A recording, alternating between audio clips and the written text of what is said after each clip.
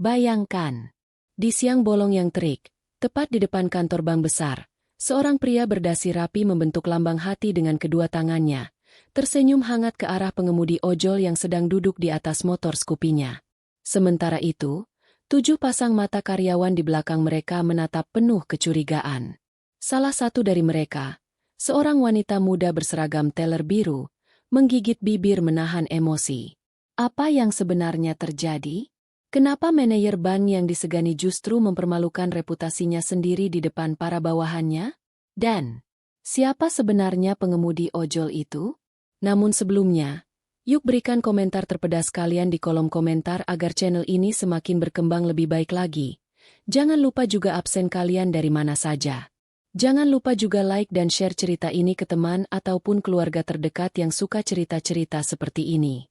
Semoga Anda mendapatkan pahala yang setimpal karena sudah subscribe, like, komen dan membagikan cerita ini. Sekarang mari kita lanjut ke ceritanya. Aldi, 30 tahun. Seorang manajer muda yang ambisius, berdedikasi, dan perfeksionis. Di usianya yang relatif muda, ia sudah menempati jabatan bergengsi di salah satu kantor cabang bank swasta ternama di kota. Ia dikenal disiplin, tegas, dan tidak mudah luluh oleh hal-hal remeh. Pagi itu, ia mengendarai mobil sedan hitam miliknya. Mobil yang setiap paginya selalu dicuci bersih oleh sopir pribadi. Mengilap, wangi, terjaga. Sama seperti reputasi Aldi yang tak bercela. Namun tidak pagi itu. Baru saja ia membelok di perempatan menuju kantor bank. Suara benturan terdengar keras dari belakang. Braa! Mobil mewahnya berguncang. Aldi menginjak rem mendadak. Matanya membelalak. Wajahnya memerah. Ia turun dengan cepat. Langkahnya berat. Nafasnya mulai tak teratur. Dan di sana, seorang wanita muda masih duduk di atas motor Scoopy warna hijau. Helm ojol masih menempel di kepalanya. Jaket hijau tebal masih membungkus tubuh kecilnya. Wajahnya panik. Matanya membeku. Apa kamu tahu harga mobil ini? Aldi membentak. Satu tangannya menunjuk bagian belakang mobilnya yang penyok, sementara tangan lainnya menggenggam ponsel, siap memotret dan menghubungi polisi. Wanita itu, Sonya, namanya, berusaha turun dari motornya. Kakinya gemetar, tangannya berkeringat. Maaf, Pak, saya enggak sengaja, saya enggak lihat tadi. Suaranya pelan, tertahan, hampir tak terdengar. Wajah Aldi makin tegang. Ia menggeleng tak percaya. Apa kamu pikir permintaan maaf bisa memperbaiki bemper mobil seharga puluhan juta ini? Saya bisa laporkan kamu sekarang juga. Beberapa orang mulai berhenti melihat. Termasuk seorang satpam kantor bank dan 2 teller wanita yang baru turun dari angkot. Salah satunya adalah Cika. Ia menatap Aldi dengan ekspresi bingung, lalu menoleh tajam ke arah Sonya. Sonya menunduk. Lalu dengan suara gemetar ia berkata, "Kalau Bapak izinkan, saya akan ganti rugi. Tapi saya mohon, jangan laporkan saya ke polisi. Saya cuma kerja ojol buat biaya kuliah. Saya janji akan cicil semampu saya. Mohon, kasih saya kesempatan." Aldi terdiam. Itu pertama kalinya ia mendengar suara semacam itu. Bukan sekadar permohonan, tapi kepasrahan. Suara orang yang benar-benar sedang terhimpit. Ia menatap wajah Sonya, melihat matanya yang merah karena menahan tangis. Dan meskipun ia mencoba bersikap tegas, ada sesuatu yang retak dalam dirinya. Entah rasa iba, atau rasa penasaran. Dan untuk alasan yang bahkan Aldi sendiri tidak mengerti, ia mengangguk. "Baik, kamu cicil seminggu sekali. Setiap Senin. Jam kerja. Temui saya langsung." Sonya mengangguk cepat-cepat. Nafasnya terputus-putus. "Terima kasih, Pak. Terima kasih." Dari jauh, Cika memperhatikan semuanya dengan rahang mengeras. Ia menoleh ke teman tellernya dan berbisik. "Siapa dia?" Baru kali ini Pak Aldi bersikap seperti itu. Dan sejak hari itu, kisah antara seorang manajer dingin dan pengemudi ojol yang kelelahan dimulai. Dengan cicilan dan rasa penasaran. Tapi siapa sangka, rasa itu akan tumbuh menjadi sesuatu yang jauh lebih dalam. Suasana kantor bank tampak seperti biasa. Lobi bersih dengan lantai mengilap. Pegawai berseragam formal yang hilir mudik sambil membawa map, dan suara mesin antrean yang sesekali berbunyi. Tapi di ruangan kerja manajer lantai 2, ada detak-detak yang tak biasa. Detak yang bukan berasal dari jam dinding, melainkan dari dada seseorang yang mulai bergetar karena perasaan asing yang muncul tiba-tiba. Senin pagi, seminggu setelah kejadian itu, Sonya berdiri kikuk di depan pintu kaca kantor bank tempat Aldi bekerja. Jaket ojolnya lusuh, helm digenggam erat, dan wajahnya pucat karena lelah. Sejak subuh ia sudah mengantarkan pesanan, demi bisa menyisihkan sebagian uang untuk cicilan pertama. Dengan langkah pelan, ia masuk. Para karyawan di sana mulai melirik. Ada yang membicarakan pelan, ada yang terang-terangan menyeringai sinis. Tapi Sonya tak peduli. Ia sudah cukup sering menerima tatapan seperti itu selama jadi ojol. Tapi kali ini, ada yang berbeda. Ia tidak sedang mengantarkan makanan. Ia datang untuk membayar hutang. Permisi. Saya mau bertemu Pak Aldi. Ucapnya ke resepsionis. Suaranya pelan. Resepsionis itu menatap dari atas ke bawah. Lalu menjawab dingin. Pak Aldi sedang sibuk. Kamu siapa? Saya. Nya. Pengemudi ojol. Minggu lalu saya. Belum selesai Sonya bicara, dari arah lift muncullah Chika, teller muda yang beberapa hari terakhir tampak lebih murung dari biasanya. Ia melangkah cepat, lalu menghampiri. Dia orang yang nabrak mobil Pak Aldi, katanya pada resepsionis. Lalu, dengan senyum manis yang menusuk, ia menatap Sonya. Kamu naik aja ke atas. Ruangan Pak Aldi di lantai 2. Tapi jangan lama-lama ya. Di sini tempat kerja. Bukan tempat main. Sonya hanya menunduk dan mengangguk pelan. Ia naik tangga dengan hati-hati. Lututnya gemetar karena grogi dan kecapean. Setibanya di depan ruangan Aldi, ia mengetuk pelan. Tok-tok. Dari dalam, suara bariton Aldi terdengar. Masuk. Sonya masuk pelan-pelan. Ruangan itu cukup luas, tertata rapi, berbau kopi dan parfum mahal. Aldi sedang duduk di balik meja, mengenakan kemeja putih bersih dan dasi abu-abu. Rautnya serius. Sonya membuka dompet kecil dari jaketnya, lalu mengeluarkan uang yang sudah dilipat-lipat rapi. Ini, Pak, cicilan pertama. Maaf kalau belum banyak. Aldi menatap Sonya. Wajahnya tidak semarah minggu lalu, tapi tetap dingin. Ia mengambil uang itu, meletakkannya di laci. Berapa jam kamu kerja buat kumpulin ini? Tanyanya tiba-tiba. Sonya terdiam. Ia ragu mau menjawab atau tidak. Tapi akhirnya ia berkata pelan. 3 hari. Saya sisihkan sedikit-sedikit. Aldi terdiam. Ia menatap Sonya agak lama. Ada sesuatu dalam diri perempuan ini yang membuatnya tak bisa bersikap seperti biasa. Mungkin karena matanya yang selalu menahan air. Atau mungkin karena sikapnya yang tidak menyalahkan nasib, padahal jelas sedang dipukul keras oleh keadaan. Ia mengangguk. Terima kasih sudah datang tepat waktu. Minggu depan, hari yang sama, jam yang sama. Kamu bisa pulang sekarang. Sonya mengangguk. Tapi saat hendak melangkah keluar, ia sempat menoleh dan berkata, Terima kasih, Pak, karena sudah kasih saya kesempatan. Aldi tidak menjawab. Ia hanya menatap punggung gadis itu sampai pintu tertutup kembali. Sejak hari itu, setiap Senin pagi, Sonya selalu datang. Dengan uang secukupnya. Dengan raut lelah. Tapi selalu tepat waktu. Dan tanpa ia sadari, tiap Senin pagi, Aldi mulai menyeduh kopi lebih awal. Menyisir rambutnya lebih rapi. Bahkan menolak rapat di jam yang biasanya kosong. Sampai pada suatu Senin, saat Sonya datang membawa uang dalam amplop coklat kecil, Aldi tiba-tiba berkata, Kamu kuliah di mana? Sonya kaget. Ia mengerjap. Tak menyangka Aldi akan bertanya. Di Universitas Swadjaya. Semester akhir. Skripsi. Aldi mengangguk. Lalu ia membuka map di mejanya, seolah tidak tertarik. Tapi bibirnya menyunggingkan senyum yang tak bisa disembunyikan. Di lantai bawah, dari balik meja teller, Chika melihat bayangan Sonya keluar dari lift sambil tersenyum kecil. Dan saat itulah, matanya mulai memerah. Bukan karena sedih, tapi karena api cemburu yang menyala pelan-pelan di dalam dadanya. Perempuan itu, gak boleh ganggu Aldi, bisiknya pada diri sendiri. Ia menutup buku transaksi dengan keras. Dan sejak saat itu, Chika mulai mencari celah. Celah untuk mengembalikan semua ke jalur yang ia inginkan.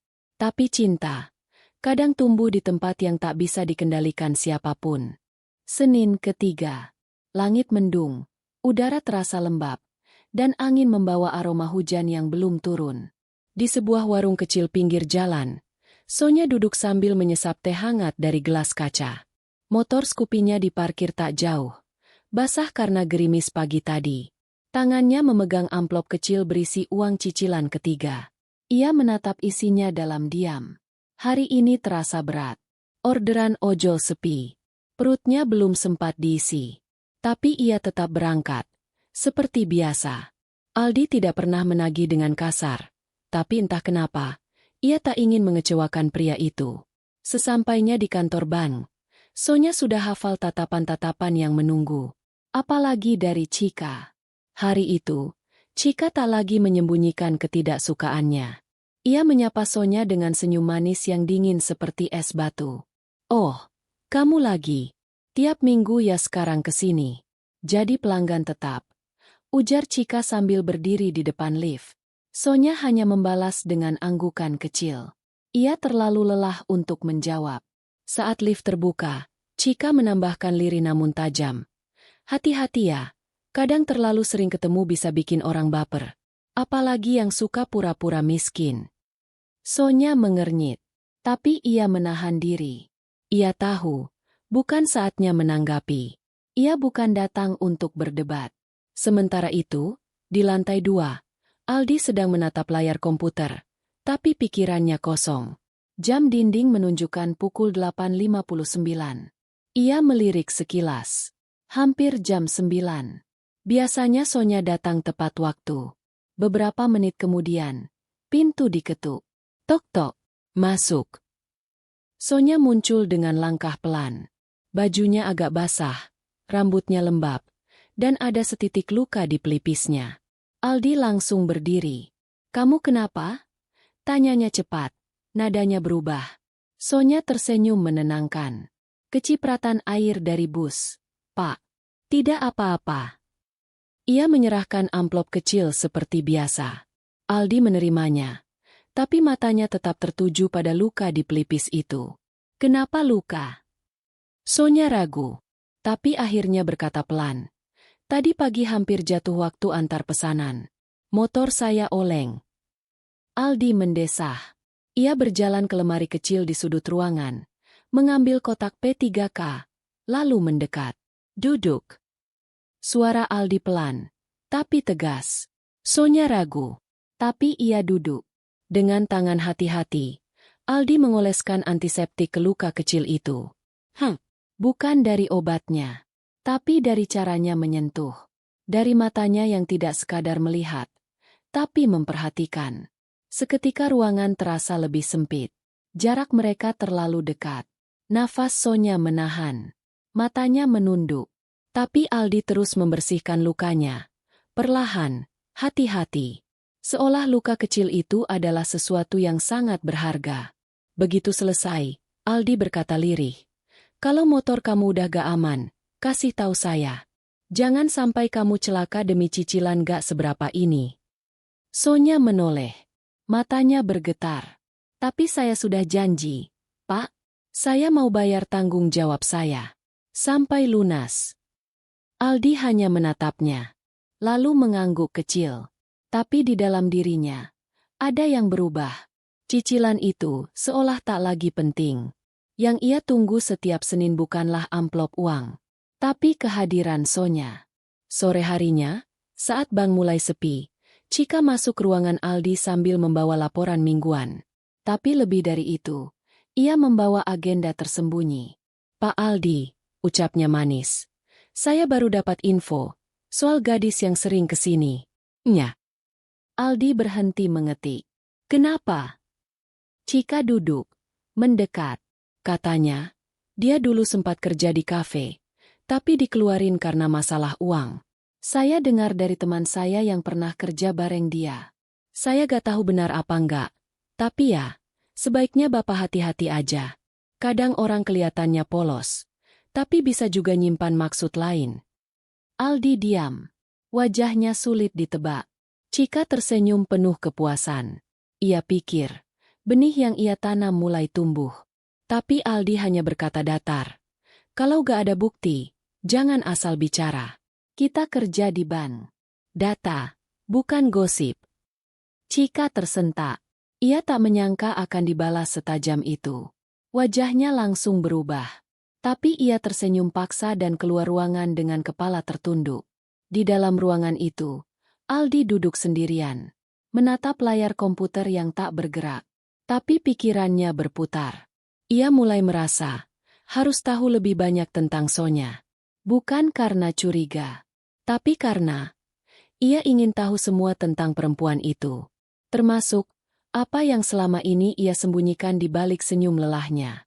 Langit malam menggantung di atas indekos tua di gang sempit. Lampu neon redup menggantung di langit-langit lorong yang lembab. Di dalam kamar berukuran 3x3 meter, Sonya duduk bersandar di dinding, mengenakan kaos tipis dan celana tidur blel. Di pangkuannya, tumpukan buku skripsi terbuka, tapi matanya kosong. Pikirannya melayang ke kejadian tadi pagi. Tentang tangan Aldi yang menyentuh pelipisnya begitu hati-hati. Tentang caranya menatap.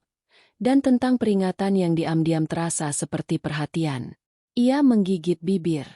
Lalu mengambil ponsel tuanya yang baterainya tinggal sedikit, membuka galeri, dan melihat foto orang tuanya di kampung. Ayah dan ibu duduk di depan rumah kayu dengan senyum sederhana. Sonya berbisik pelan. Bu, Pak, maaf ya, Sonya belum bisa wisuda tahun ini. Tangannya mengepal. Bukan karena marah, tapi karena sedih yang tak pernah ia tunjukkan pada siapapun. Besok adalah hari yang berat. Ia harus menghadiri sidang praskripsi, sementara motornya mulai rusak dan uang cicilan minggu depan masih belum terkumpul. Keesokan paginya, Sonya memaksakan diri narik orderan dari pagi buta. Ia menembus kabut dan jalanan basah, mengantar makanan ke berbagai sudut kota. Sampai akhirnya, di siang hari, ia pingsan di pelataran kampus. Untung ada salah satu dosennya yang menemukan dan membawanya ke ruang UKS. Ketika sadar, Sonya hanya minta satu hal. Tolong, jangan tunda jadwal sidang saya. Beberapa jam kemudian, Aldi duduk di ruang kerjanya, tapi pikirannya tidak di depan layar. Sudah 2 hari Sonya tidak datang. Tidak ada kabar. Biasanya, meski cicilan hanya seminggu sekali, Sonya selalu memberi kabar kalau ada perubahan.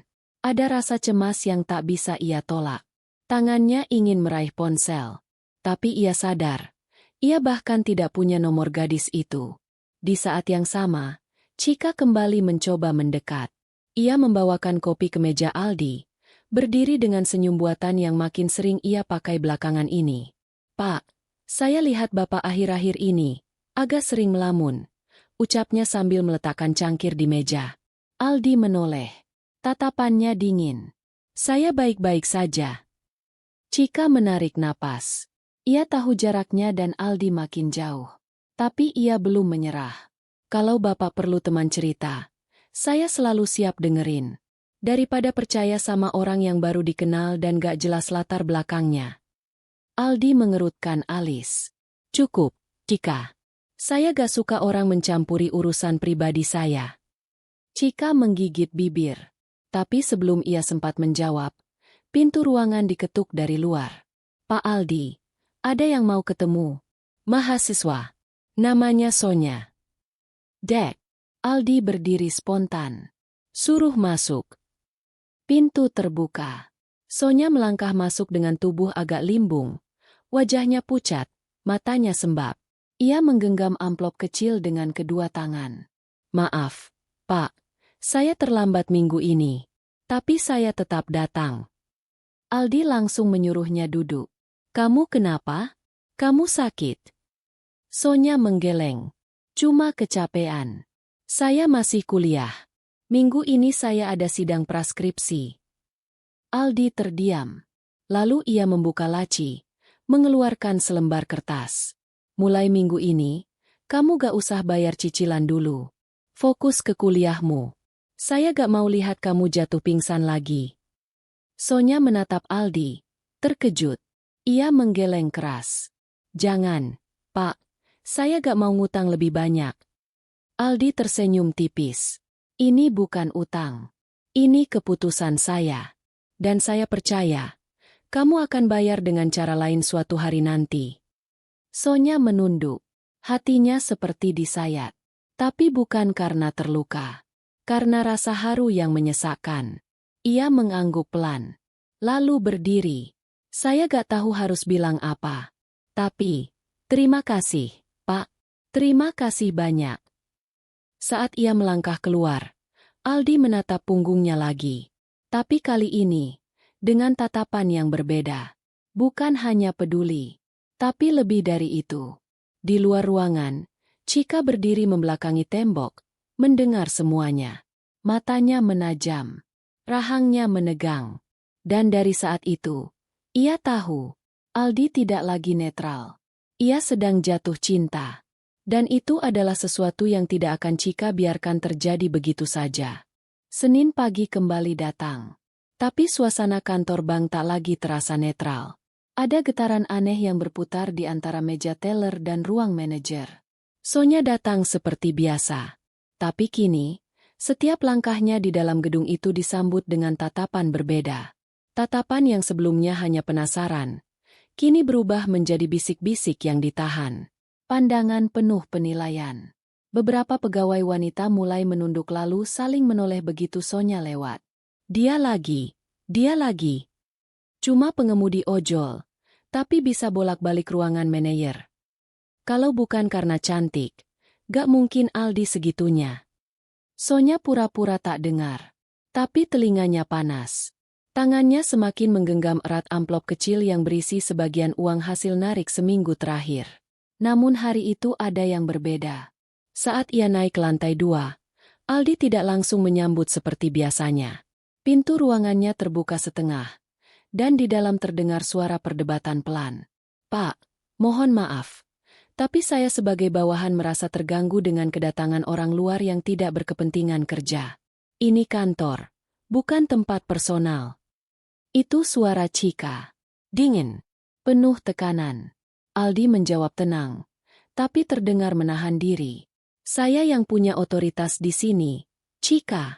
Dan tamu saya bukan urusan siapapun selain saya. Sonya terdiam di depan pintu. Napasnya tercekat. Ia hampir ingin berbalik turun dan membatalkan semuanya. Tapi pintu tiba-tiba terbuka. Aldi berdiri di sana. Matanya kaget melihat Sonya berdiri diam. Wajahnya tegang. Masuk, ucap Aldi pelan. Sonya melangkah masuk. Tapi kali ini ia tidak duduk. Ia langsung mengulurkan amplopnya. Ini, Pak, saya cuma mau bayar cicilan. Tidak lebih. Aldi mengambilnya. Matanya menatap lekat, seolah ingin mengatakan sesuatu. Tapi ia menahan. Kamu udah makan? Sonya menggeleng. Saya harus ke kampus habis ini. Mau bimbingan skripsi. Aldi membuka laci. Mengambil sebuah roti dan sebotol air mineral. Ambil ini. Kamu harus jaga kesehatan. Sonya ragu. Tapi ia tahu menolak hanya akan memperpanjang keheningan aneh di antara mereka. Ia mengangguk pelan. Terima kasih, Pak. Begitu keluar dari ruangan, Sonya langsung disambut tatapan Chika dari meja resepsionis lantai 2. Wanita itu berdiri, lalu berjalan mendekat sambil menahan senyum kaku. Kamu tahu nggak? Banyak yang mulai risih kamu sering kesini. Ini kantor, bukan rumah singgah. Sonya menatap Chika. Untuk pertama kalinya, ia menjawab. Saya kesini bukan untuk nyaman-nyaman. Saya kesini untuk tanggung jawab. Kalau memang itu salah, saya minta maaf. Chika mendengus kecil. Masalahnya bukan kamu yang salah. Tapi caranya Pak Aldi memperlakukan kamu terlalu istimewa. Sonya menunduk, lalu melangkah pergi. Tapi di dalam dirinya, ada pertanyaan yang terus menggantung. Apa salahnya menerima kebaikan orang, kalau itu bukan niat awalnya? Sore harinya, Aldi memanggil salah satu staf seniornya. Bukan untuk rapat, tapi untuk bertanya. Bagaimana reputasi Sonya di kampus? Tanyanya pelan. Pak Hendra, staf audit internal yang kebetulan punya istri dosen di kampus tempat Sonya kuliah, menjawab sambil membuka catatan. Istriku pernah sebut namanya. Dia anak yang gigih. Dulu sempat hampir karena gak bisa bayar UKT. Tapi dia minta dispensasi, terus kerja sambil kuliah. Banyak yang salut sama dia, Pak. Aldi menunduk pelan. Seketika hatinya seperti ditampar. Ia ingat betul bagaimana kerasnya ia saat pertama kali mereka bertemu. Ia ingat nada suaranya, tuntutannya. Dan sekarang, ia makin yakin, Sonya bukan sekadar gadis gigih, tapi seseorang yang diam-diam sedang mengubah cara pandangnya terhadap hidup. Malamnya, di indekos sempit, Sonya duduk di lantai. Buku-buku skripsi terbuka, tapi pikirannya kosong. Di meja kecil, roti pemberian Aldi masih utuh. Ia menatapnya lama, lalu pelan-pelan membuka plastiknya dan menggigit sepotong. Tak terasa, air mata mengalir di pipinya. Ia tidak tahu ini tangis karena lelah, atau karena perlakuan kecil yang membuatnya merasa layak dihargai. Pagi masih dingin saat suara ayam berkokok menggema dari desa kecil di kaki pegunungan. Di sana, rumah kayu tua berdiri dengan dinding bambu dan atap seng berkarat. Di halaman depan, seorang ibu paruh-baya menjemur pakaian. Tangannya kasar, kulitnya legam terbakar matahari. Itulah Ibu Sonya. Di tangannya ada surat yang belum lama datang dari kota, berisi tagihan UKT kampus yang harus dilunasi dalam 2 minggu ke depan. Mata ibu itu menatap kosong ke arah kebun di belakang rumah. Ayah Sonya sedang memikul karung pupuk, pelan-pelan, dengan kaki pincang yang makin lemah. Iya, kalau begini terus, kita harus jual sapi satu-satunya, ucapnya lirih. Di kota, di waktu yang sama, Sonya tengah duduk di ruang dosen menanti giliran bimbingan. Tangannya memegang map skripsi yang sudah mulai lusuh. Kepalanya pening karena belum sarapan. Tapi ia tetap tersenyum sopan saat dipanggil masuk. Dosen pembimbingnya menatap hasil revisi skripsi Sonya, lalu menghela napas panjang. Sonya, kamu anak yang rajin, tapi skripsimu belum cukup. Kamu harus ambil data tambahan lagi. Kalau tidak, kamu gak bisa ikut sidang tahun ini. Seperti tersambar petir, Sonya terdiam. Pak, saya gak punya waktu banyak. Saya harus kerja. Dan saya gak punya biaya tambahan untuk ambil data keluar kota. Dosen itu menatapnya, lalu berkata lirih. Saya ngerti posisi kamu. Tapi ini bukan soal perasaan. Ini syarat akademik. Kalau kamu gak bisa selesaikan semester ini, kamu harus siap tambah 1 semester lagi. Begitu keluar dari ruangan, Sonya terduduk di bangku lorong. Matanya basah, tangannya bergetar. Sementara itu, di kantor bank, Aldi duduk di ruangannya, menatap daftar laporan bulanan yang tak bergerak di layar. Tapi pikirannya tidak di sana. Ia baru saja menerima laporan keuangan tahunan, dan sedang menyusun agenda rapat. Namun hatinya tertinggal pada percakapan semalam dengan Pak Hendra. Anak itu bertahan cuma karena semangat. Pak, dia pernah cerita ke istri saya. Dia gak takut capek. Dia cuma takut berhenti dan bikin orang tuanya malu. Kalimat itu menghantui kepala Aldi. Ia menatap meja kosong di depan ruangannya, tempat biasanya Sonya duduk saat menyerahkan amplop kecilnya. Tapi hari ini, Sonya tidak datang. Aldi mengambil ponselnya. Ia sudah minta nomor Sonya ke Pak Hendra secara pribadi dengan alasan urusan administrasi bantuan mahasiswa. Ia ragu mengetik pesan. Tapi akhirnya ia kirim.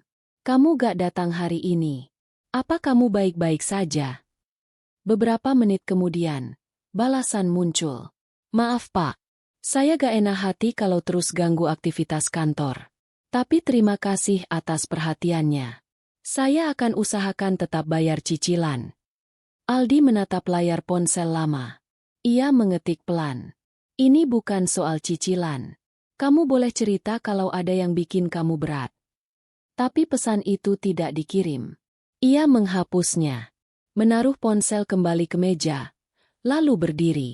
Sore harinya, ia pergi ke perpustakaan kampus tempat Sonya biasa mengambil data. Ia berdiri di kejauhan, melihat gadis itu membolak-balik buku besar, menyalin angka dengan mata lelah. Sonya bahkan tidak sadar sedang diawasi.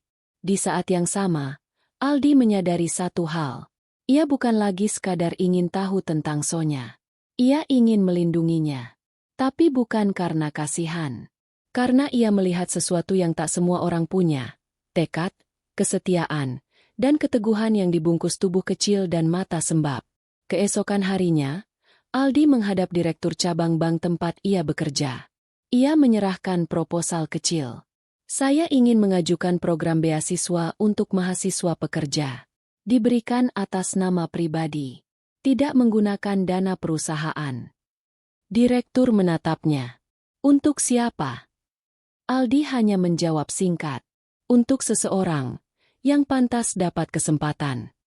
Sementara itu, di sudut gang kota, Sonya pulang ke kosannya sambil menahan tangis.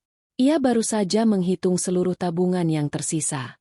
Dan hasilnya, tidak cukup untuk biaya tambahan pengambilan data skripsi. Ia terduduk di lantai, menatap selembar uang lusuh. Matanya menatap dinding kosong. Lalu tiba-tiba, ponselnya bergetar. Satu pesan masuk. Datanglah ke kantor saya hari Jumat. Saya punya sesuatu untuk kamu. Dan ini bukan soal cicilan. Sonya menggenggam ponselnya erat-erat. Dadanya sesak. Bukan karena takut. Tapi karena entah mengapa. Ia merasa akan dihadapkan pada pilihan yang bisa mengubah hidupnya. Jumat pagi. Langit mendung menggantung di atas kota. Udara terasa lembab. Langkah-langkah manusia di trotoar tergesa. Seolah semesta ikut menahan nafas menanti sesuatu yang tak biasa. Di sebuah kos kecil di pinggiran kota, Sonya berdiri di depan cermin retak. Ia mengenakan blus paling rapi yang ia punya, disetrika semalam dengan uap kompor gas. Rambutnya diikat rendah, wajahnya polos tanpa bedak, tapi ada ketegasan dalam sorot matanya. Hari ini ia harus datang ke kantor Aldi, tapi bukan untuk cicilan. Bukan juga karena kewajiban. Ada sesuatu dalam pesan Aldi yang membuat hatinya tak tenang. Campuran antara harapan dan ketakutan. Sesampainya di lobi bank, langkah Sonya terasa berat. Kali ini, tatapan para pegawai lebih tajam dari biasanya. Beberapa teller wanita saling bisik. Satpam hanya mengangguk kaku. Bahkan resepsionis tak lagi menyapa. Tapi Sonya tetap melangkah. Ia naik ke lantai 2, dan saat mengetuk pintu ruangan Aldi, tangannya gemetar. Tok, tok. Masuk. Suara itu terdengar dari dalam. Ia membuka pintu. Aldi berdiri di dekat jendela, membelakangi pintu, memandangi gedung-gedung kota yang berbaris diam. Ketika Sonya masuk, ia berbalik. Duduklah, Sonya. Ucapnya, lebih pelan dari biasanya. Sonya duduk, menatap Aldi dengan hati-hati. Suasana di ruangan itu terasa berbeda. Hening. Seperti sebelum badai. Aldi membuka map berwarna biru, lalu meletakkannya di atas meja. Dorongannya pelan, seolah menyodorkan sesuatu yang rapuh. Ini, program beasiswa pribadi. Aku ajukan sendiri, atas nama pribadi, bukan dari bank. Semua biaya tambahan untuk penelitianmu, transportasi, penginapan, alat tulis, bahkan jika perlu perpanjangan kuliah, akan saya tanggung. Kamu gak perlu bayar balik. Sonya terdiam. Ia tak langsung menjawab. Tangannya mengepal di atas pangkuan. Kenapa saya? Tanyanya lirih. Aldi menatapnya dalam. Karena kamu pantas. Karena kamu berjuang sendiri. Dan karena saya percaya kamu bisa lulus. Bukan karena kasihan. Sonya menggeleng pelan. Matanya mulai memerah. Pak Aldi. Saya tahu Bapak orang baik, tapi saya juga masih punya harga diri. Saya bukan siapa-siapa. Kalau ini karena saya sering datang dan Bapak mulai merasa kasihan. Bukan. Potong Aldi cepat. Ia berdiri. Berjalan pelan ke arah meja tamu. Lalu duduk berhadapan dengan Sonya. Tatapannya tajam, tapi lembut. Ini bukan karena kasihan. Ini karena saya lihat seseorang yang layak dibantu. Dan bukan cuma itu, Sonya, saya mulai peduli. Jantung Sonya berdetak lebih cepat. Sejak kamu datang pertama kali dengan amplop kecil dan wajah penuh rasa malu, saya tahu kamu berbeda. Kamu gak minta dikasihani, tapi kamu juga gak lari dari tanggung jawab. Di dunia saya yang penuh angka dan target, kamu seperti satu titik kecil yang bikin semuanya terasa hidup. Sonya menunduk. Air matanya menetes. Tapi bukan karena lemah. Karena terlalu banyak beban yang ia tahan. Terlalu lama. Saya takut, Pak. Kalau saya terima ini, orang akan bicara. Mereka sudah mulai gosip. Mereka akan bilang saya manjat. Aldi tersenyum pahit. Biar mereka bicara. Mereka gak tahu perjuanganmu. Mereka cuma lihat dari luar. Tapi saya lihat kamu dari dekat. Hening sesaat. Lalu Sonya berkata lirih. Saya butuh waktu, Pak, untuk mikir. Saya gak mau bantuan ini jadi beban buat Bapak. Atau untuk saya sendiri. Aldi mengangguk. Saya tunggu jawabanmu. Tidak hari ini. Tidak minggu ini. Tapi kamu harus tahu, pintu ini akan selalu terbuka untukmu. Sonya berdiri perlahan. Mengambil map biru itu dengan tangan gemetar. Sebelum ia keluar, ia menoleh sejenak. Makasih, Pak, karena sudah percaya. Itu lebih dari cukup buat saya. Saat pintu tertutup, Aldi menunduk, mengusap wajahnya sendiri. Ia tahu, hari ini ia bukan hanya memberi sesuatu pada Sonya, tapi ia juga kehilangan sesuatu. Batas yang selama ini ia jaga sebagai seorang atasan. Sementara itu, di ruang staff teller, Chika menatap layar komputer. Tapi pikirannya bukan di sana. Ia tahu Sonya baru keluar dari ruangan Aldi dengan map di tangan. Ia tahu sesuatu sedang berubah. Dan ia tahu, waktunya sudah semakin mepet. Kalau aku gak bertindak sekarang, dia akan merebut semuanya dariku. Malam itu, di kosnya, Sonya membuka map biru itu. Matanya membaca setiap baris dengan pelan. Lalu ia menutupnya. Menatap langit-langit kamar. Dan bertanya dalam hati. Apakah benar? Aku pantas mendapatkan semua ini? Hari Senin kembali datang. Seperti biasa, aroma kopi dan suara mesin antrean mengisi udara kantor bank itu. Tapi pagi ini terasa lebih tegang. Ruang istirahat para staf sunyi. Tak ada obrolan santai seperti biasanya. Beberapa karyawan bahkan memilih bekerja di meja masing-masing tanpa banyak bicara. Satu topik sedang beredar diam-diam di antara mereka. Tentang Sonya. Dan tentang Aldi. Lebih tepatnya, tentang hubungan mereka. Chika duduk di meja kerjanya dengan wajah penuh kepuasan. Di tangannya, ada cetakan data riwayat masuk luar tamu kantor, lengkap dengan tanggal dan waktu. Di atasnya, tulisan tangan merah menandai nama Sonya yang berulang hampir setiap minggu. Ia telah menyiapkan semuanya. Kalau Aldi gak bisa sadar sendiri, aku akan bantu dia buka mata. Batinnya dingin. Di sisi lain, Aldi duduk di ruangannya. Pandangannya kosong, meski laporan mingguan terbuka lebar di layar. Sudah 3 hari sejak ia memberi Sonya map biru berisi beasiswa itu. Dan sejak saat itu, tidak ada kabar. Tidak pesan. Tidak kedatangan. Hanya keheningan. Ia mulai bertanya-tanya. Apakah Sonya marah? Merasa tertekan? Atau justru menjauh?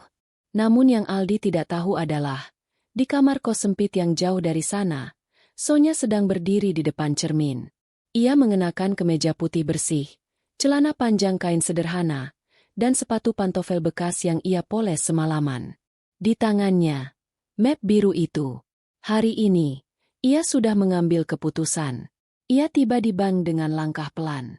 Masuk melewati lobi tanpa menoleh ke kiri atau kanan. Dan seperti biasa, Tatapan sinis langsung mengarah padanya. Tapi hari ini Sonya tidak peduli.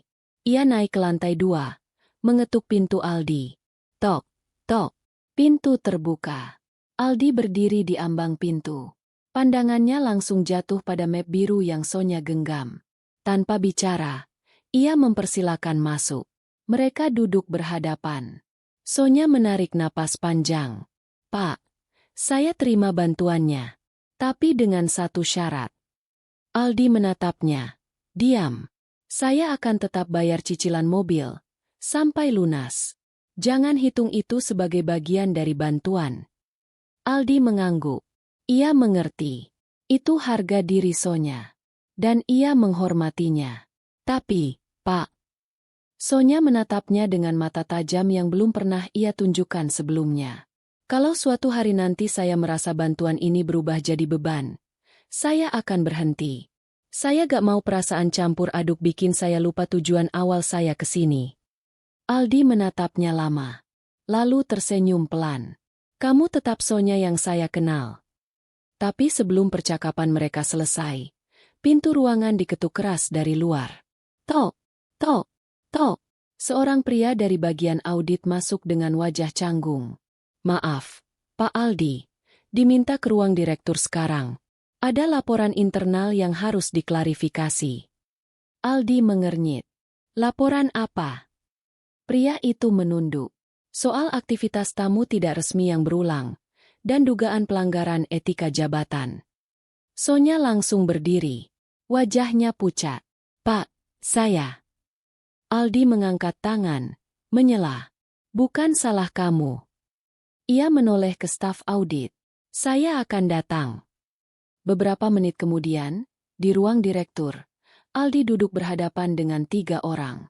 Salah satunya Cika, berdiri di samping layar proyektor kecil.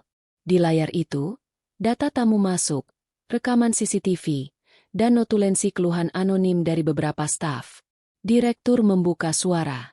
Aldi, kami menghormati dedikasimu. Tapi sebagai manajer, kamu harus tahu batas. Menerima tamu pribadi secara rutin, terlebih seorang pengemudi ojek online yang bukan klien bank, tanpa alasan administrasi resmi, bisa menimbulkan persepsi buruk. Apalagi, ia berhenti sebentar, lalu menatap tajam. Jika hubungan kalian melibatkan bantuan finansial pribadi, yang tidak dilaporkan ke HR. Aldi menatap lurus ke depan. Ya, saya bantu dia. Dengan uang pribadi. Karena dia berjuang sendirian. Dan tidak ada klausul di kontrak kerja saya yang melarang memberi beasiswa pribadi, selama tidak menggunakan dana perusahaan. Cika yang berdiri di samping hanya diam. Tapi matanya penuh api. Ia tidak menyangka Aldi akan mengaku secepat itu. Kalau begitu, kami akan lanjutkan proses klarifikasi ke HR pusat. Sementara ini, kamu akan dinonaktifkan dari posisi manajer sampai ada keputusan dari Dewan Etik. Aldi mengangguk tenang. Saya terima. Ketika ia keluar dari ruangan, wajahnya tidak menunjukkan kekalahan. Tapi dari jauh, Sonya melihat semuanya. Ia berdiri di ujung koridor, melihat Aldi berjalan turun dengan jasnya yang rapi, namun kini tanpa jabatan. Matanya berkaca-kaca. Dan di saat itu, ia tahu, bukan hanya ia yang berjuang. Aldi juga sedang kehilangan sesuatu, demi hal yang bahkan tak ia minta, dirinya. Kabar itu menyebar seperti angin kencang di antara kubikel dan lorong kantor. Aldi, manajer muda yang selama ini dikenal disiplin dan dingin, dinonaktifkan dari jabatannya karena alasan pribadi yang menimbulkan ketidaknyamanan internal. Begitu bunyi surat keputusan sementara yang tertempel di papan pengumuman karyawan. Tidak disebutkan nama Sonya secara langsung. Tapi semua orang tahu. Dari teller hingga satpam, dari resepsionis hingga petugas IT, semua sudah tahu siapa tamu rutin yang tidak resmi itu. Nya. Di pagi yang mendung itu, Sonya berdiri di depan cermin kamar kosnya. Wajahnya letih, tapi matanya tidak lagi sembab. Hari ini, ia mengenakan pakaian biasa, jaket ojol dan celana jeans. Tapi bukan untuk narik order. Hari ini, ia menuju ke kampus, dan langsung ke kantor pusat bank sesudahnya. Ia sudah mengambil keputusan. Ia tak bisa diam. Di kantor bank pusat, lantai 5, ruang layanan pengaduan khusus. Sonya duduk di kursi tunggu dengan map berisi semua salinan bukti, surat beasiswa, perjanjian tidak tertulis, foto kwitansi cicilan, dan salinan data pembayaran mobil Aldi yang tetap berjalan setiap minggunya. Petugas wanita berseragam biru muda membacanya perlahan, lalu menatap Sonya. Jadi, kamu ingin mengajukan klarifikasi resmi terhadap laporan pelanggaran etika Pak Aldi? Sonya mengangguk tegas. Saya bukan pacarnya. Saya bukan selingkuhannya. Dan saya tidak memanipulasi dia untuk bantu saya. Saya datang ke kantor itu karena saya punya kewajiban. Dan Aldi membantu saya dengan uangnya sendiri, tanpa saya minta. Petugas itu tampak canggung. Tapi hubungan personal yang tidak seimbang tetap bisa dianggap. Saya mahasiswa akhir. Dia manajer. Tapi di mata keadilan, kami manusia yang punya hak yang sama. Saya tidak minta dikasihani. Tapi saya tidak akan biarkan orang seperti dia dihancurkan karena memilih peduli. Hening. Petugas itu mengambil map, lalu berdiri. Kami akan tindak lanjuti laporan ini. Terima kasih sudah datang, Mbak Sonya. Begitu keluar dari gedung, langkah Sonya berat. Tapi ia tahu satu hal. Hari ini, ia tidak sedang menyelamatkan Aldi. Ia sedang menyelamatkan kebenaran. Sementara itu, di rumah orang tuanya di desa, Ibu Sonya duduk termenung memegang selembar surat. Kali ini, bukan tagihan, tapi pemberitahuan resmi dari kampus bahwa Sonya dinyatakan lulus bimbingan tahap akhir dan akan mengikuti sidang skripsi dalam 2 minggu. Air mata menetes pelan di pipi perempuan tua itu. Ia memeluk kertas itu seperti memeluk anaknya dari jauh. Alhamdulillah, Nak. Allah dengar doaku. Beberapa hari kemudian, Aldi duduk sendirian di kafe kecil dekat stasiun. Ia mengenakan kemeja santai dan jaket gelap. Wajahnya lebih tenang, meski matanya masih menyimpan beban.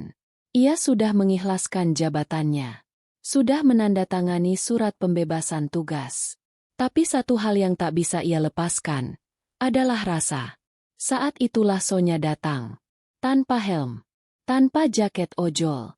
Ia mengenakan kemeja putih, tas selempang kecil, dan sepatu kets hitam. Pak! Aldi menoleh, lalu tersenyum. Kamu udah tahu semua ya? Sonya duduk di hadapannya. Saya yang datang ke kantor pusat. Saya yang klarifikasi semuanya. Saya gak bisa diam lihat Bapak dihukum karena keputusan yang sebenarnya. Mulia. Aldi menatapnya lama. Lalu berkata pelan. Aku tidak menyesal, Sonya. Bahkan jika semua orang anggap aku bodoh. Karena bantu kamu. Karena aku tahu apa yang kulakukan. Sonya menggigit bibir. Tangannya mengepal di atas meja. Kalau begitu, jangan pergi terlalu jauh dari saya. Aldi kaget. Matanya langsung menatap Sonya yang kini menunduk. Kalau Bapak masih peduli, kalau rasa itu bukan sekadar iba, saya juga sudah gak ingin terus menahan. Sini. Tapi udara terasa berbeda. Aldi menatap gadis itu, lalu mengangguk pelan. Bukan karena iba, Sonya, tapi karena kamu satu-satunya yang bikin aku mau berubah. Bukan hanya sebagai manajer, tapi sebagai manusia. Sonya tersenyum, tapi belum sempat ia bicara, ponselnya berdering. Pesan masuk. Kepada Sonya Rahmalia. Diberitahukan bahwa Anda berhak mengikuti sidang skripsi pada tanggal 28. Harap segera mengkonfirmasi ke bagian akademik. Tangannya gemetar. Ia menatap Aldi dengan mata berkaca. Saya lulus. Aldi tersenyum lebar. Akhirnya. Dan untuk pertama kalinya, mereka tidak bicara lagi. Mereka hanya duduk, menatap keluar jendela. 2 orang dari 2 dunia, yang perlahan mulai menyatu.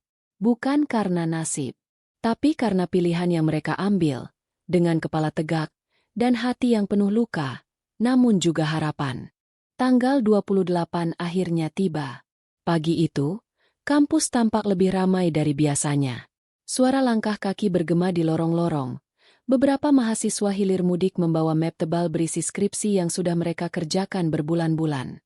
Tapi di antara mereka, hanya satu yang menarik perhatian dosen dan mahasiswa, Sonya. Sonya Rahmalia, mahasiswi pekerja keras, anak petani dari desa kecil, yang sempat hampir putus kuliah, tapi kini berdiri di depan ruang sidang, siap membacakan hasil perjuangannya. Ia mengenakan blazer hitam polos dan rok panjang abu-abu. Riasannya tipis, tapi matanya berbinar. Di tangan kirinya, ia membawa map berwarna biru tua. Di dada kirinya, terselip pin kecil berbentuk pena emas, hadiah dari seorang dosen yang pernah bilang, "Kamu tidak banyak bicara, tapi tulisannya menyentuh." Di luar ruangan, Aldi berdiri diam. Ia mengenakan kemeja putih lengan panjang dan celana kain hitam. Tidak lagi memakai jas kantor. Tidak lagi membawa tas kerja. Tapi ada satu hal yang tetap sama. Sorot matanya saat menatap Sonya. Ia tidak ingin masuk ke dalam ruang sidang. Ia tahu tempatnya bukan di sana. Tapi sebelum Sonya melangkah masuk, Aldi memanggil pelan. "Sonya." Gadis itu menoleh. Aldi tersenyum kecil. "Ini bukan soal skripsi, tapi tentang semua rasa yang kamu tahan selama ini. Hari ini, lepaskan semuanya. Tunjukkan siapa kamu sebenarnya." Sonya menatapnya, lalu mengangguk. Di dalam ruang sidang, 3 dosen penguji duduk tegak di belakang meja panjang.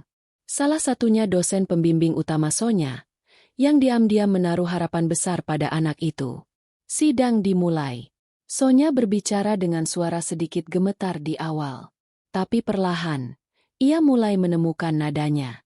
Ia menjelaskan penelitian tentang ketimpangan sosial, tentang akses pendidikan untuk anak buruh dan petani, dan bagaimana sistem yang terlalu kaku justru menghambat semangat juang anak-anak dari desa. Dan saya tidak menulis ini hanya sebagai data, tapi sebagai pengalaman pribadi. Saya adalah salah satu dari mereka, ucapnya. Suaranya mulai bergetar. Ruangan hening. Dosen penguji utama menunduk, lalu berkata, "Kamu sudah menyelesaikan naskah skripsi dengan baik. Tapi yang lebih penting, kamu sudah menunjukkan bahwa perjuangan bukan milik mereka yang punya fasilitas, tapi milik siapapun yang tidak menyerah." Sonya menahan air mata. Tapi saat ia keluar dari ruang sidang, tangis itu akhirnya pecah. Ia menutupi wajahnya dengan map. Tubuhnya bergetar. Dan saat itu, Aldi sudah berdiri menunggunya. Tanpa berkata apa-apa, Aldi membuka tangannya. Dan Sonya langsung memeluknya. Bukan pelukan kekasih, tapi pelukan seseorang yang akhirnya bisa menangis setelah lama bertahan. "Lulus, Pak." Isaknya. Aldi mengangguk, menahan emosi. "Aku tahu kamu bisa." Beberapa hari kemudian, di kosan kecil yang mulai terasa seperti rumah, Sonya menerima sebuah surat. Amplop putih polos. Tidak ada pengirim. Saat ia buka, matanya membesar. "Selamat kepada Sonya Rahmalia. Anda terpilih sebagai kandidat penerima beasiswa S2 Bidang Sosial dan Pendidikan di Universitas Nagoya, Jepang. Kami tertarik pada karya tulis Anda dan nilai konsistensi perjuangan yang Anda tunjukkan. Mohon konfirmasi secepatnya." Tangannya bergetar. Ia memeluk surat itu, tapi sekaligus menatap tembok diam-diam.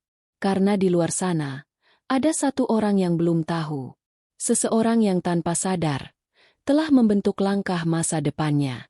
Di tempat berbeda, Aldi sedang berdiri di depan bangunan ruko kecil. Di tangannya, blueprint desain tempat kursus literasi gratis untuk anak-anak dari keluarga buruh dan petani. Ia sedang memulai sesuatu yang baru. Tanpa gelar, tanpa jabatan, tapi dengan hati yang lebih penuh. Ia ingin menciptakan tempat yang tidak akan menilai orang dari motor yang mereka kendarai, dari pakaian yang mereka pakai, atau dari mana mereka berasal. Tempat di mana seseorang seperti Sonya tidak akan merasa kecil. Dan saat Aldi menatap gedung itu, ponselnya bergetar. Satu pesan masuk. "Aku lulus. Tapi aku juga dihadapkan pada pilihan yang lebih besar sekarang. Kita harus bicara." Aldi tersenyum. Ia tahu, cerita mereka belum selesai. Justru, Semuanya baru dimulai. Senja perlahan turun di kota. Langit oranye kemerahan mewarnai jendela-jendela kos Sonya yang kecil. Di meja belajarnya, surat penerimaan beasiswa S2 dari Universitas Nagoya masih tergeletak. Belum disentuh sejak pagi. Di sudut meja, map biru tua berisi salinan skripsi juga masih terbuka. Tapi Sonya tak membaca. Tak menulis. Ia hanya duduk diam. Tatapannya kosong. Tangannya menopang dagu. Pikirannya terpecah. Di satu sisi, ini adalah mimpinya sejak dulu. Belajar ke luar negeri. Membawa pulang ilmu dan kebanggaan bagi keluarganya di desa. Menunjukkan bahwa anak petani pun bisa berdiri sejajar dengan siapapun. Tapi di sisi lain, ada Aldi.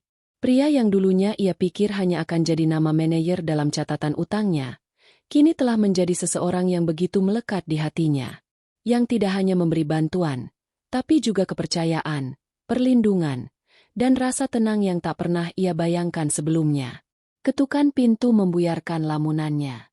Tok, tok, masuk.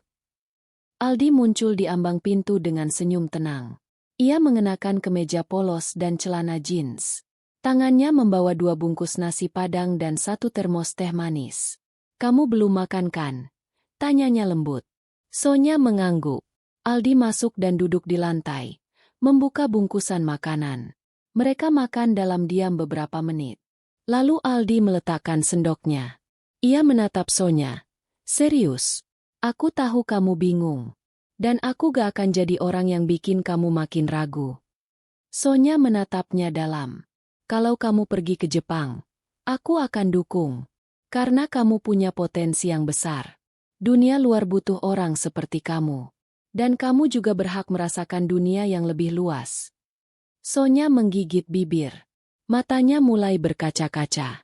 "Tapi kamu..." Suaranya parau. Aldi tersenyum. "Aku gak kemana-mana. Aku tetap di sini. Bukan sebagai manajer bank.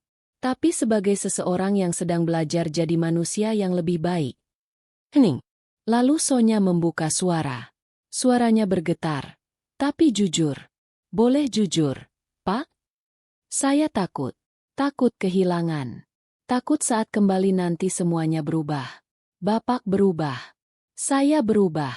Rasa ini berubah." Aldi mengangguk pelan. "Perasaan bisa berubah, Sonya. Tapi kalau kamu tahu apa yang kamu perjuangkan, kamu gak akan pernah tersesat." Ia menatap mata Sonya dalam-dalam. "Aku gak akan janji menunggu dengan muluk-muluk. Tapi aku janji, ketika kamu kembali, kamu akan tetap menemukan aku di tempat yang sama. Dengan hati yang sama." Sonya menangis. Bukan karena sedih, tapi karena kelegaan. 2 minggu kemudian, bandara dipenuhi orang-orang dengan koper besar dan tatapan penuh harap. Di antara mereka, Sonya berjalan pelan dengan ransel sederhana dan map biru yang sudah kusam di tangan. Di belakangnya, berdiri Aldi. Ia tidak memeluk, tidak memaksa, hanya tersenyum. "Jaga dirimu baik-baik. Jangan terlalu sering menahan lapar. Dan jangan lupa, dunia di luar sana mungkin besar. Tapi kamu lebih kuat dari apapun yang akan kamu hadapi." Sonya tersenyum. Matanya basah. "Kalau saya kuat, itu karena pernah ditampar realita, dan dipeluk kebaikan oleh orang seperti Bapak." Aldi mengangguk. Sonya berjalan menuju gerbang keberangkatan. Tapi beberapa meter sebelum hilang dari pandangan, ia menoleh. "Pak." Aldi menatapnya. "Kalau saya pulang, dan Bapak masih sendiri, saya akan datang. Bukan sebagai mahasiswi yang ngutang, tapi sebagai seseorang yang tahu betul siapa yang patut diperjuangkan." Aldi tertawa kecil. "Saya tunggu." Dan Sonya pun pergi. Menjadi orang yang berbeda. Membawa luka. Tapi juga cinta. Yang tidak dimulai dari kemewahan. Tapi dari amplop kecil. Dan hati yang besar. 1 tahun berlalu. Kota sudah berubah. Warna-warni iklan baru menghiasi jalanan. Kantor bank tempat Aldi dulu bekerja kini memiliki manajer baru. Muda, ambisius, dan penuh gaya. Tak ada lagi kisah tentang Sonya yang datang setiap Senin pagi dengan amplop kecil. Tak ada lagi gosip. Tak ada lagi mata yang melirik sinis. Semuanya kembali normal. Tapi di ruko kecil berlantai 2, tempat kursus literasi milik Aldi, kehidupan justru sedang mekar perlahan. Anak-anak datang setiap sore, duduk di tikar sambil mendengarkan dongeng, membaca buku, dan menulis mimpi-mimpi mereka di atas kertas. Aldi berdiri di depan papan tulis, mengenakan kaos sederhana dan celana kain. Tangannya memegang spidol. Tapi di balik senyumnya, ada rindu yang tidak pernah benar-benar reda. Di laci mejanya, masih tersimpan map biru tua. Map yang dulu selalu dibawa Sonya setiap kali datang ke kantornya. Kini warnanya mulai pudar, tapi tidak pernah ia buang. Saban malam, ia membuka email. Ada balasan dari Sonya tiap beberapa minggu, tapi tidak terlalu sering. Waktu dan kesibukan membatasi komunikasi. Tapi yang paling membuat Aldi bertahan adalah pesan terakhir dari 2 bulan lalu. Di sini salju turun pertama kali. Aku menangis. Pak, bukan karena dingin, tapi karena tiba-tiba. Aku ingat bau kopi pagi di ruang kerja Bapak. Dan suara pelan yang bilang, "Kamu kuat, Sonya." Setelah itu, tidak ada kabar lagi. Aldi mulai gelisah. Tapi ia tidak ingin memaksa. Ia tahu dunia Sonya kini lebih besar dari sebelumnya. Ia hanya berharap, ia masih menjadi bagian kecil dari ruang itu. Di sisi dunia yang lain, tepat di musim gugur Jepang yang dingin, Sonya duduk di dalam perpustakaan kampus. Jemarinya dingin, tapi matanya menatap layar laptop dengan fokus. Di layar, tesis S2-nya hampir selesai. Judulnya, Ketimpangan Peluang dan Kekuatan Perjuangan, Studi Naratif Mahasiswa Pekerja Indonesia. Dan di bagian halaman pengantar, ada satu kalimat yang ditulis dengan penuh getaran hati. Untuk seseorang yang mengajarkan bahwa memberi bukan berarti menguasai, dan menerima bukan berarti lemah. Sonya berhenti mengetik. Ia membuka tas kecil dan mengeluarkan foto kecil. Gambar 2 orang berdiri di depan ruko, dirinya dan Aldi. Di belakang mereka, papan kayu bertuliskan, Taman Literasi Anak Desa. Foto itu dikirim Aldi setahun lalu. Matanya basah. Ia tahu, waktunya hampir habis di negeri itu. Dan ia juga tahu, ada satu hal yang belum ia jawab. Apakah cinta bisa bertahan dalam diam? Satu malam di Indonesia, saat hujan turun deras, Aldi duduk sendirian di ruko. Listrik sempat padam. Hanya lampu darurat menyala temaram. Di atas meja, ada secangkir kopi yang sudah dingin. Di luar, suara hujan seperti mengetuk-ngetuk langit. Tiba-tiba, ponselnya bergetar. Satu email masuk. Dari sonya.r@mail.jp. Subjek, saya pulang. Aldi terpaku. Ia membuka isi pesannya perlahan. Pak, saya sudah selesai. Dan saya pulang bulan depan. Tapi saya tidak akan datang sebagai gadis yang pernah mencicil utang. Saya akan datang sebagai perempuan yang tahu persis kemana hatinya ingin kembali. Aldi tidak bisa menahan senyum. Matanya basah. Tapi untuk pertama kalinya, ia tahu pasti bahwa penantian ini bukan sia-sia. Di luar, hujan masih turun. Tapi di dalam hatinya, matahari mulai terbit perlahan. Pagi itu, langit Jakarta tak terlalu cerah. Tapi di Bandara Soekarno-Hatta, hati seseorang justru sedang terang benderang.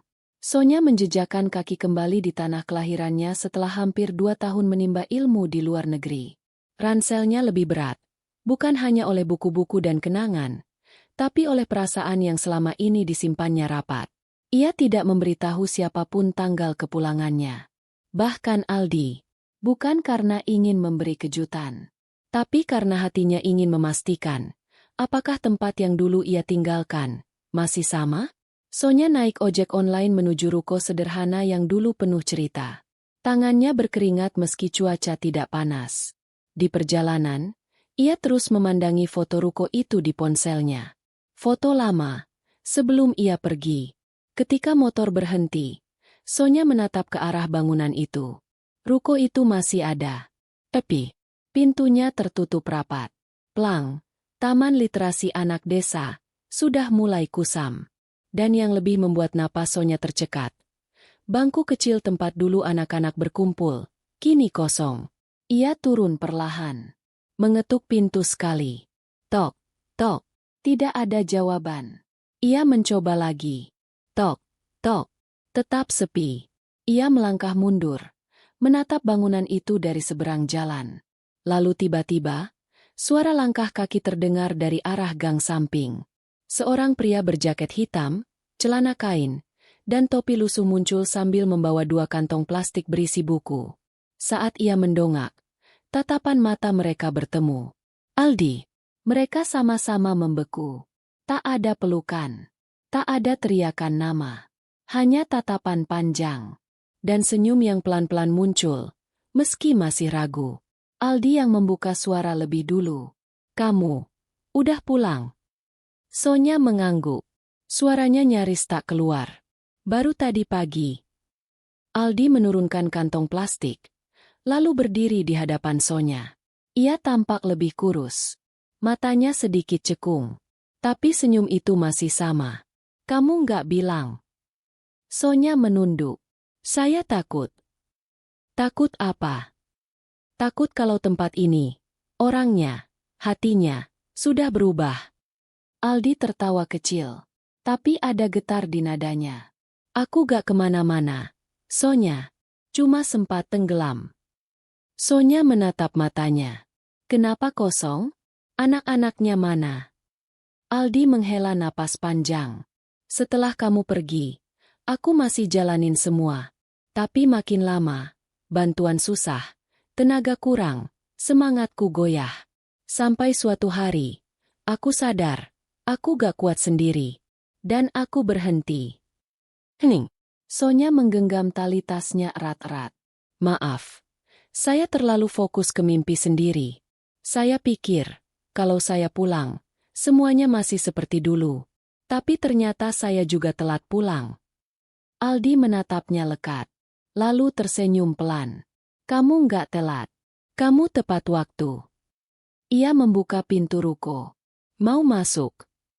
Sonya mengangguk, dan untuk pertama kalinya setelah sekian lama, ia melangkah masuk ke tempat itu, tempat semua kisah mereka pernah tumbuh, diam-diam, dan pelan-pelan. Di dalam, debu masih menempel di meja, papan tulis sedikit buram. Tapi saat Sonya menyentuhnya, ada kehangatan yang tak hilang. Aldi menatapnya, lalu berkata lirih, kalau kamu mau, kita bisa mulai lagi, bukan dari awal. Tapi dari titik di mana kita pernah saling percaya. Sonya menoleh. Matanya basah. Bukan sebagai murid. Bukan sebagai orang yang dibantu. Tapi sebagai seseorang yang tahu rasanya bangkit. Aldi mengangguk. Lalu berkata, dan kalau kamu izinkan, aku ingin memulai lagi. Bukan cuma program literasi. Tapi juga hubungan kita. Sonya tak menjawab. Tapi ia melangkah mendekat, berdiri di hadapan Aldi. Jarak yang dulu dipisahkan ribuan kilometer, kini hanya sejengkal. Kalau begitu, bisiknya, tanya hatimu sekali lagi, kamu masih ingin menunggu? Aldi menatapnya, tanpa ragu. Aku gak pernah berhenti. Sonya tersenyum, dan di antara debu dan papan tulis tua, mereka berdiri. Bukan sebagai 2 orang yang saling mencintai karena kesepian, tapi sebagai 2 jiwa yang pernah terluka, dan kini memilih untuk sembuh, bersama. Minggu-minggu berikutnya, ruko kecil itu hidup kembali. Tangan Sonya dan Aldi bekerja tanpa lelah, mengecat ulang dinding yang mengelupas, menyusun ulang buku-buku lama, mencetak selebaran baru, dan menyebarkannya ke sekolah-sekolah sekitar. Taman Literasi Anak Desa, gratis untuk semua. Anak-anak mulai datang lagi. Satu demi satu. Duduk bersila sambil membuka buku, menulis cerita, atau sekadar mendengarkan Sonya membacakan dongeng dari negeri yang pernah ia pijak. Setiap sore, Aldi duduk di bangku panjang sambil menyeduh kopi. Matanya selalu jatuh ke arah Sonya. Ia tak perlu bicara. Matanya cukup berkata, "Aku bangga padamu." Dan Sonya selalu membalasnya dengan senyum hangat. Senyum seorang perempuan yang dulu datang membawa cicilan utang, kini hadir membawa harapan baru. Namun, tak semua orang ikut senang. Suatu siang, Chika datang ke ruko itu. Tanpa pemberitahuan. Dengan wajah yang masih setegas dulu, tapi lebih lelah. Ia berdiri di ambang pintu, menatap Aldi yang sedang memindahkan rak buku.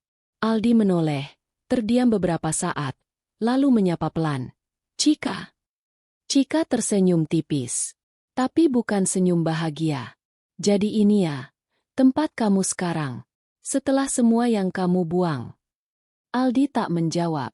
Ia tahu kalimat itu mengandung banyak hal yang belum selesai. Chika masuk. Matanya menelusuri ruangan. Lalu berhenti pada Sonya, yang sedang bersama anak-anak di sisi lain ruangan. Dia masih di sini ya? Tanya Chika datar. Aldi mengangguk. Dia gak pernah pergi. Cik. Fisiknya mungkin sempat jauh. Tapi hatinya selalu di sini. Chika menghela napas. Kamu tahu gak? Aku sempat nunggu kamu balik ke bank. Aku pikir kamu cuma lagi cari nafas. Tapi ternyata, kamu memang milih hidup yang sama sekali lain. Karena aku bukan lagi orang yang sama, jawab Aldi. Chika menatapnya lekat-lekat. Kamu berubah karena dia. Aldi mengangguk pelan. Bukan karena dia yang sempurna, tapi karena dia jujur. Karena dia berani jujur pada kekurangannya. Sesuatu yang selama ini aku abaikan. Chika tersenyum pahit. Jadi selama ini aku terlalu sempurna buat kamu. Bukan. Tapi kamu terlalu sibuk membuktikan kamu pantas. Sampai lupa memperlihatkan siapa kamu sebenarnya. Chika tak membalas. Ia melangkah ke arah pintu. Tapi sebelum keluar, ia menoleh lagi. Kamu bahagia? Aldi menatapnya. Untuk pertama kalinya. Iya. Chika mengangguk. Ia tak menang. Tapi setidaknya, kini ia tahu, pertempuran itu memang bukan miliknya sejak awal. Malamnya, Sonya duduk di meja kayu tua sambil menulis laporan keuangan untuk operasional taman baca. Di sampingnya, Aldi sedang menyusun jadwal kelas baru. Mereka bekerja berdampingan. Dalam diam yang nyaman. Dalam kedekatan yang tidak lagi canggung. Tiba-tiba, Aldi menoleh. Sonya. HM. Kamu pernah takut gak? Kalau semua ini tiba-tiba hilang. Sonya berhenti menulis. Menatap wajah Aldi. Takut. Dulu waktu kita masih saling jaga jarak. Aku selalu takut. Tapi sekarang, aku gak takut lagi. Kenapa? Karena kita gak lagi berpegangan pada rasa yang rapuh. Kita pegang komitmen. Kita bangun pelan-pelan. Dan kalaupun suatu hari takdir membuat kita jatuh lagi, kita tahu cara berdiri. Aldi tersenyum. Perlahan, ia membuka laci meja dan mengeluarkan sebuah kotak kecil berwarna merah marun. Sonya menatapnya. Nafasnya tercekat. Aldi membuka kotak itu. Di dalamnya, bukan cincin emas mahal, bukan berlian, tapi seutas benang hitam dengan liontin kecil dari kayu bertuliskan, percaya. Saat kamu datang lagi ke hidupku, aku janji ke diriku sendiri. Aku gak akan meminta kamu jadi milikku, kecuali kamu yakin bahwa tempatmu memang di sini. Sonya mengulurkan tangan. Menerima liontin itu, perlahan menggenggamnya. Kalau rasa bisa dicicil, mungkin inilah cicilan terakhir. Dan kali ini, aku mau lunasi, tanpa ragu. Mereka tersenyum. Tak ada pelukan. Tak ada air mata. Hanya dua tangan yang bertemu di atas meja kayu tua. Dan dua hati yang akhirnya tidak saling bersembunyi lagi. 3 bulan berlalu sejak liontin kayu itu disematkan di tangan Sonya. Ruko kecil itu kini hidup sepenuhnya. Warna cat baru, rak-rak buku yang terus bertambah, dan tawa anak-anak yang menghiasi setiap sudut sore hari. Taman literasi anak desa bukan lagi sekadar tempat baca. Ia telah menjadi ruang aman, tempat cerita ditulis ulang, bukan hanya untuk anak-anak, tapi juga untuk 2 orang yang dulu bertemu karena kecelakaan, tapi kini menyatu karena saling memahami. Sonya dan Aldi kini tak lagi menyebut satu sama lain dengan jarak. Mereka duduk di meja yang sama, tidur di rumah yang sama, dan merancang masa depan yang sama, tanpa perlu terburu-buru menikah, tanpa harus menjelaskan ke semua orang, karena yang penting adalah mereka tahu, mereka tidak sendiri lagi. Suatu hari, ketika kelas literasi selesai lebih awal, Aldi mengajak Sonya ke suatu tempat. Dengan motor tua yang dulu sering rusak itu, yang kini sudah dicat ulang dan diganti oli, mereka melaju pelan keluar kota. Udara sore sejuk. Langit berwarna keemasan. Mereka berhenti di sebuah bukit kecil, tempat dari mana bisa terlihat sawah membentang jauh.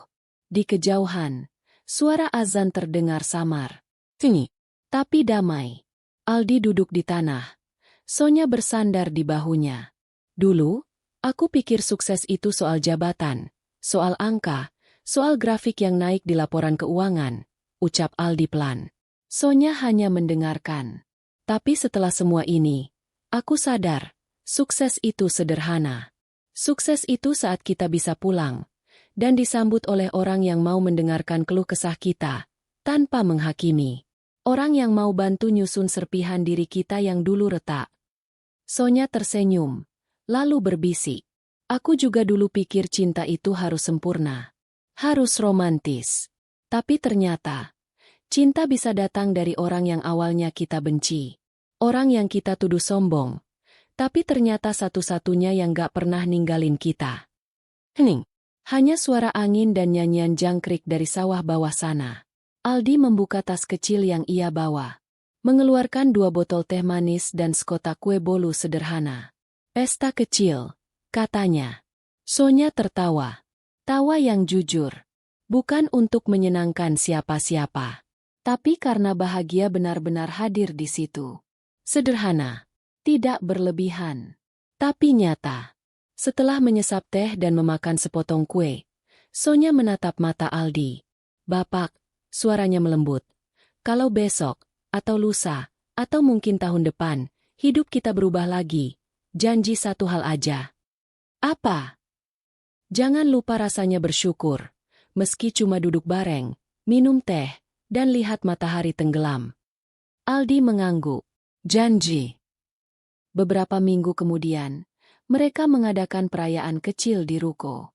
Ulang tahun pertama Taman Literasi Anak Desa. Anak-anak datang dengan pakaian terbaik mereka.